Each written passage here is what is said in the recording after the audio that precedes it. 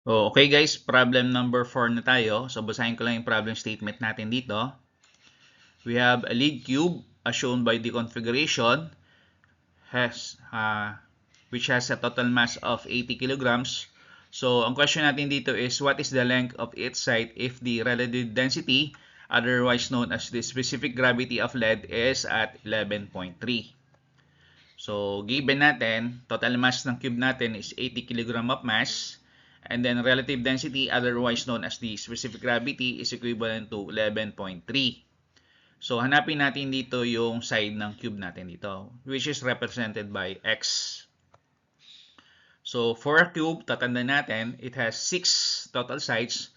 So, isa sa top, pangalawa sa bottom, and then, pang-apat sa magkabilang side, pang-5 sa front, and then pang-6 dun sa pinaka-back side niya o sa pinaka-rear side niya. So, dapat natin tandaan, yung 6 na corresponding size niya, pare-parehas. And then, lumalabas, ang total volume ng cube natin is yung x o isang side natin, i-raise lang natin sa 3 or x cube. So, with the volume of the cube found to be x raised to 3, so again, formula natin gagamitin is expressed in terms of the specific gravity kasi yun yung given natin, which is density ng substance in question, which is the density of the lead all over the density of the standard mass density of water. So in this case, breakdown natin yung density ng substance o density ng lead. You have mass ng lead all over volume ng lead. So volume ng lead is equivalent to the volume of the cube, which is x cube. And then, ang standard mass density ng water natin at standard temperature as well as pressure, we have the following. So, pwede siyang 1,000 kg mass per cubic meter. Pwede din siya at 62.427 pound of mass per cubic feet. So, of the two, ang gagamitin natin dito is you have 1,000 kg of mass per cubic meter. Kasi nga, ang given ditong unit ng mass is expressed in terms of the kilogram of mass. So, for compatibility purposes, ang gagamitin natin is 1,000 instead na 62.427 pound of mass per cubic feet na listed dito. So, specific gravity ng lead natin, therefore, is equivalent to, base dito sa original formula, you have mass ng lead all over volume ng lead. So, ang volume ng lead natin o volume ng cube, pinalitan na natin as x cube. So, papasin natin, katabi niya si density ng water. So, yun yung pinaka-multiplier natin sa pinakailalim.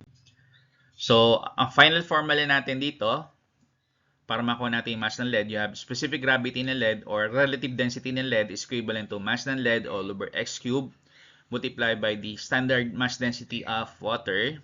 So, in this case, since ang kukuhanin natin dito is x cube, so yung x cube sa yung specific gravity ng lead, magsaswap lamang ng place. So in this case, we have x cube is equivalent to mass ng lead all over specific gravity ng lead as well as the mass density of water. Yan.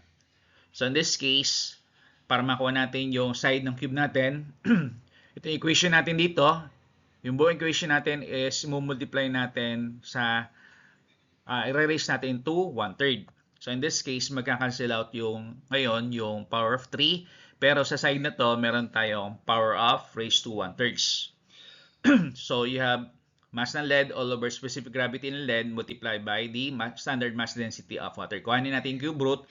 So yun na nga yung formula natin for us to be able to obtain yung tinutukoy nating cube side. So lumalabas, ang mass ng lead natin, you have 80 kg. Then, a specific gravity ng lead or relative density ng lead natin, ang given is you have 11.3. And then, gagamitin natin is you have 1,000 kg mass per cubic meter. So, in this case, papansin natin, magka-cancel out yung kilogram of mass. Pero eventually, matitira natin dito is cubic meter. So, para matanggal natin yung power of 3, i-raise natin sa cube root. O kuha natin cube root. So, in this case, mag-provide muna tayo ng conversion. In that, for every 1 meter, you have 100 centimeters. So in that, for every 1 cubic meter, you have 100 cubic centimeter. So in this case, magka-cancel out yung kilogram of mass as well as yung cubic meter. So ang mangyari, you have cube root ng cubic centimeter. So lalabas natin yung unit dito is expressed in terms of the centimeter. So basically, ang side ng cube natin in question is equivalent to 19.2 centimeters. Yan. So, ito yung value natin doon sa hinanap natin problem statement.